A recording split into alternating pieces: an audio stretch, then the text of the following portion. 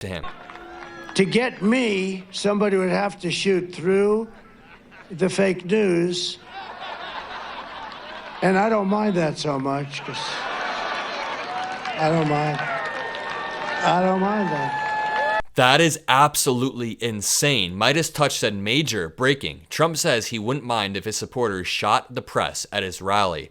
I'm so glad that I am likely done with Trump rallies, and this is exactly why. Did you guys also have that one kid in your gym class who threw a fit every time he lost and accused everybody else of cheating? Well, that is currently the GOP nominee for the President of the United States, and I feel like we could create a chart where we draw a correlation between Donald Trump's polling numbers decreasing and the amount of insane remarks he makes increasing at the same time, at the same rate, because he's becoming increasingly desperate. For example, let's jump in with this clip of a very depressed sounding Donald Trump angrily shouting about election fraud lies and conspiracy theories, saying, how the hell? They're the ones that should be locked up. I mean, this is some next level desperation. Then I'd like to debunk some of the lies he's telling, because the onus is now on us, people like you and I in this beautiful democracy. First, someone commented, I've been watching your videos for a while now, but I didn't realize I never subscribed. Make sure you subscribe below, and let's jump into this clip. They are fighting so hard to steal this damn thing. Look at what's going on. Look at what's going on in your state. Every day, they're talking about extending hours and stuff. Who ever heard of this stuff? We should have one-day voting and paper ballots. He's pushing lies right now, I just want to say, and he's the one that's been urging his supporters to go vote early. This dude is so contradictory. He also votes by mail, too. Then I just heard that a couple of states may go an extra 12 days. How the hell do you have an election? Not true. You know, they spend all of this money on these damn machines, and paper ballots, you'd have the answer by 9 o'clock tonight. It's a damn shame. And I'm the only one that talks about it because everyone's afraid to damn talk about it. I have one question for you guys. Was Donald Trump speaking like this when he was comfortably ahead in the polls just a month ago? Because there was a time where he was never blowing VP Harris out, but yes, the swing state polling looked good for him about a month ago. Did he sound this desperate? No. This is a new level of desperation with 2 days left, and it may be because of that Seltzer poll. Let me finish this clip. And then they accuse you of being a conspiracy theorist. These are conspiracy, and they want to lock you up. They want to put you in jail. The ones that should be locked up are the ones that cheat on these horrible elections that we go through in our country.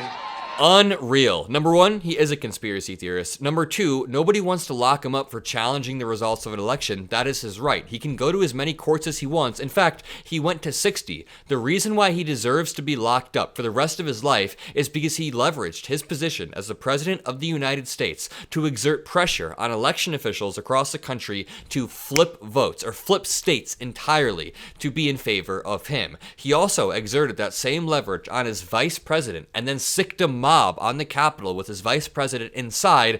You guys already know all of this, but what you may not know are the current updated debunkings of the election fraud lies being told. This article released a few days ago reads, Election Fact Check. Trump and his allies push allegations of cheating and misconduct in the state of Pennsylvania. With under a week to go until Election Day, Donald Trump and his allies have been ramping up the false allegations of fraud or misconduct, even though election officials across the state are pushing back. The DA, the AG, everybody's pushing back, and I want to show you guys a specific example of how the right-wing ecosystem works. This is a perfect microcosm of how so many stories have blown up onto the national stage. Even the eating cats and dogs story is a perfect analog for this. So, late Monday evening, less than a week ago, or about a week ago, the Trump campaign sent out a mass email claiming that a voter in Delaware County, Pennsylvania, was, quote, arrested for encouraging people to stay in line and vote after election officials pushed her out, therefore, quote, actively suppressing their voting rights. The RNC chairman, Michael Whatley, then said a supporter of President Trump was removed and silenced. But in a statement, Delaware County pushed back hard on that claim by saying that, hey, we got multiple complaints saying the woman was being, quote, disruptive, belligerent, and attempting to influence voters waiting in line. That behavior, the statement then said, led to several complaints, and the Delaware County Park Police providing security at the location responded. In an updated statement on Wednesday, county officials said the woman, quote, did not even get in line for any service, just remained in the lobby for nearly 2 hours and approached various individuals, prompting complaints. The park police provided her with verbal guidance but did not remove her. They allowed her to stay for the first time, and then she was asked to leave again but refused. After that, they detained her but then let her go. Now, this is where it gets crazy. The woman later appeared in a video on social media with Michael Whatley, the RNC chair, saying, quote, I tried to get out the vote, but I was arrested for exercising my First Amendment right. But the spokesperson for the county then said that's not true. She was briefly detained and was issued a citation for disorderly conduct. Is that not a perfect example of how the right-wing ecosystem blows up false stories? Everything about the story is false. Not only was a lady not even arrested, but she was there probably shouting at people, trying to influence their vote. She was warned multiple times after multiple complaints, and then she walks outside and films some video of her going, I was just kicked out for being pro-Trump, I can't even vote. And then the Trump campaign sends that out in a mass email. Just a disgusting display of disinformation. I want you to watch this clip of Fox News straight up cutting away as Donald Trump begins to rant and rave about Seltzer's Iowa poll, even making up lies about farmers in Iowa, and I'm guessing Fox News is cutting away because they don't want Iowa farmers, or people in Iowa in particular, listening to Donald Trump in this deluded state talking about Iowa. They just announced a fake poll. Hey, think of it. Right before the election, that I'm 3 points down. I'm not down in Iowa. I got $28 billion for the farmers. $28 billion. All right, so there is former President Trump in Pennsylvania. Harris Faulkner comes in to save the day, saved by the bell. And I do want to reel back expectations for just 1 second. I don't see Kamala Harris winning Iowa, even by 3 points, even by 1 point. I think Trump still wins Iowa. I think that's going to happen. But the broader point here is that the Seltzer poll is still absolutely amazing. It shows a broader shift among elderly women, among younger women, and among independent-leaning women. And if that same shift is replicated across the country, it is game over. So people in my comments yesterday were saying that they're going to bet money on Texas going blue. Please don't do that. It's not over at all. It's still pretty close, but that is a great poll. I do want to take your attention to this story that just broke yesterday. Do you guys remember when Donald Trump and Laura Loomer had this special relationship? And I'll show you more clips of Trump in 1 second. But they had this relationship that people were making theories about. You know, a lot of theories. I had some of my own. I won't say any. But now we got the inside scoop on their relationship. So yesterday, this article in The Atlantic came out that was titled The Ruthless Final Days of the Trump Campaign. And it describes how Donald Trump wanted to call President Joe Biden the R word. Quote, this guy's a R word. He's retarded. I think that's what I'll start calling him, said Donald Trump, according to 3 people who are familiar with the campaign and who were on the plane. This brings us on to his relationship with Laura Loomer. Just stick with me for 1 second. So, Donald Trump had massive problems pop up in his campaign when he said they're eating the dogs, the people that came in, they're eating the cats. Several days earlier, Trump fielded a phone call from one of his superfans, Laura Loomer, a right-wing agitator best known for racist and conspiracy theories. She has a direct line to Trump due to January 6th and due to her loyalty. But now, in the first week of September, Laura Loomer was getting antsy. Read this part right here. The campaign was trying to keep Laura Loomer away. So after Laura Loomer joined Donald Trump aboard his plane during crucial trips to Iowa and New Hampshire, campaign officials discussed ways to sideline Laura Loomer without causing a scene. They neutralized a volatile situation at the RNC this summer, for example, by providing Loomer with a front row seat for Trump's acceptance speech, putting her in close physical proximity to her idol while keeping her far from the VIP area where the cameras would be shooting and where the cameras would see people, so she would be out of the line of sight. But then, in the first week of September, Laura Loomer got antsy. She called Trump and demanded to know why the campaign had been keeping her at bay, why she hadn't been invited back onto the plane. Trump told Loomer not to worry, he would come on her next trip. Later that day, when Trump relayed this request to Susie Wiles, who, since the beginning of the campaign, had controlled the flight manifest, she registered disbelief. Sir, our next trip is to Philadelphia for the debate. Are you sure that's a good idea? Trump shrugged. I don't know, he said. Just stick her in the back of the plane. Susie Wiles knew that nothing good could come of this. Still, she let it happen. Then, when Trump's jet touched down for the debate, Photographers captured Loomer leaving the plane, and some of Trump's allies were enraged. Republican elected officials began texting campaign aides demanding to know why she was traveling with Trump.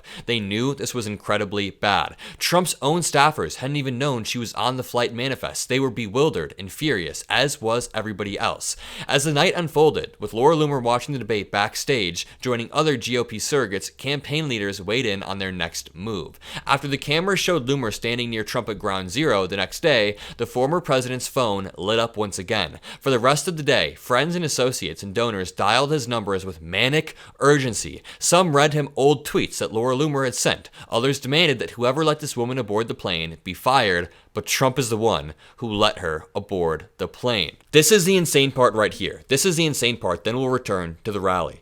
To all of this, Trump pleaded ignorance. He began complaining to his aides that nobody had ever explained to him why Laura Loomer was so toxic. They responded by pulling up Laura Loomer's most incendiary posts. I mean, she tweeted while she was with Trump, while she was boarding with Trump, that Kamala Harris was going to make the White House smell like curry or something to that effect, if you guys remember. But Donald Trump agreed by the end of the trip, and after seeing these posts, that Laura Loomer needed to go. What really sealed Laura Loomer's fate, according to two people who were part of those conversations, wasn't really her racist diatribes, but also her appearance. Listen to this. Trump, who was generally appalled by plastic surgery, was disgusted to learn about the extent of Laura Loomer's facial alterations. Absolutely insane. When asked for comments, Chung said Laura Loomer was a hard worker in the primaries. I mean, that seems like a non-answer. Let's go back to Donald Trump's rally today, where he's just ranting and raving about a crooked country. Our country is a crooked country, okay? It's a crooked country, and we're going to make it straight. We're going to make it straight, and it's not an easy thing to do. Dude, you had 4 years to do that, and the country was worse off. 1 million Americans died under you, and the stock market was hitting all-time lows. Meanwhile, this dude has never said a single good thing about America. Not once in his life. He says we're a crooked country, we're a garbage can, we're rotten, we're a third world nation. Let's compare this to the way that VP Harris speaks at her rallies. This is from yesterday. And we have an opportunity in this election to turn the page on a decade of Donald Trump trying to keep us divided and afraid of each other. We're done with that. We're done. We're exhausted with it. We're done. And we know who he is.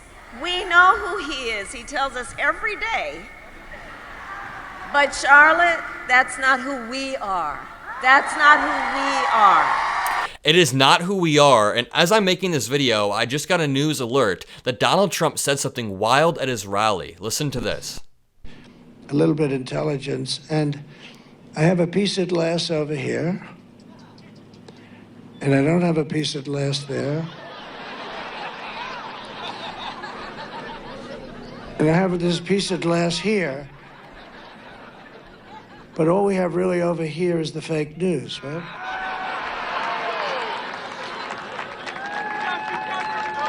And to get me, somebody would have to shoot through the fake news. And I don't mind that so much. What in the hell? This dude is getting insanely desperate. I mean, he's getting increasingly unhinged. And I know you guys are thinking he's been unhinged the entire campaign cycle, but you guys have to admit, some of these Liz Cheney comments combined with this are uniquely unhinged. He just said he kind of wishes, or he wouldn't mind if somebody shot through the media to get to him. To get me, somebody would have to shoot through the fake news. And I don't mind that so much, because I don't mind that. That is absolutely insane. MeidasTouch said major breaking. Trump says he wouldn't mind if his supporters shot the press at his rally. I'm so glad that I am likely done with Trump rallies, and this is exactly why. Ben Meiselas said, Trump is now calling for people to shoot the media, arrest this piece of garbage now. I mean, what does Donald Trump have to lose if you think about it? He's going to jail if he loses. So he might as well just double down on the rhetoric, because what, are they going to throw him in jail for extra long time? He already is absolutely screwed. So this is a man with nothing to lose, is what you're seeing right now.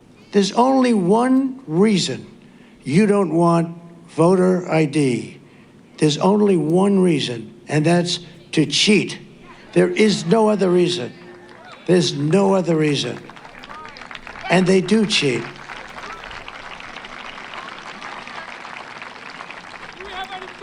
All right, let's debunk this really quickly. You guys know the argument against using certain types of voter ID, right? So what Donald Trump is doing right now is a straw man. Democrats don't want there to be no voter ID or no forms of identification. What we say is that certain forms of voter ID are discriminatory, and not just us saying that, it's the actual courts of North Carolina. Let me really quickly recap this article that reads, North Carolina strikes down a voter ID law that they say discriminates against black voters. North Carolina judges struck down the state's latest photo voter identification law on Friday, agreeing with minority voters that Republicans rammed through the rules tainted by racial bias. Now, they say in here that this targets black communities with, quote, surgical precision. The law was, quote, motivated, at least in part, by an unconstitutional intent to target African American voters. Other, less restrictive voter ID laws would have sufficed to achieve the legitimate non-racial purposes of implementing the constitutional amendment requiring voter ID. This is the thing. You and I can likely agree that voter ID is fine in most states. Hey, if somebody turns 18 and you agree to give them all IDs so they can go vote, we can do voter ID. That would be something that's fine, but what they do is target these. Let me just read this. The ruling reflects, quote, how the state's Republican-controlled legislature undeniably implemented this legislation to maintain its power by targeting voters of color. Republicans have said voter ID laws are needed, but they do it in a way that is absolutely racist. A federal appeal court struck down several portions of a 2013 North Carolina law recently that said GOP lawmakers had written them with almost surgical precision to discourage black voters who tend to vote blue. And they do this by introducing new forms of voter IDs that are hard to get for certain sections of the population due to time constraints or money constraints or location constraints. It is absolutely disgusting. And here's Trump saying that he just shouldn't have left office in January of 2021. He should have just stayed. But my world's favorite chart, done by the Border Patrol, it said we had the safest border in the history of our country the day that I left. I shouldn't have left. I mean, honestly, because we did so well. He shouldn't have left. I mean, you tried every which way to subvert the will of the American people, and you failed because you're a loser. I'll leave you guys with that, but we're making videos all day with 2 days to go. Make sure you subscribe. Make sure you turn on the little notification bell next to the subscribe button. We'll go live later. Love you guys, and peace out.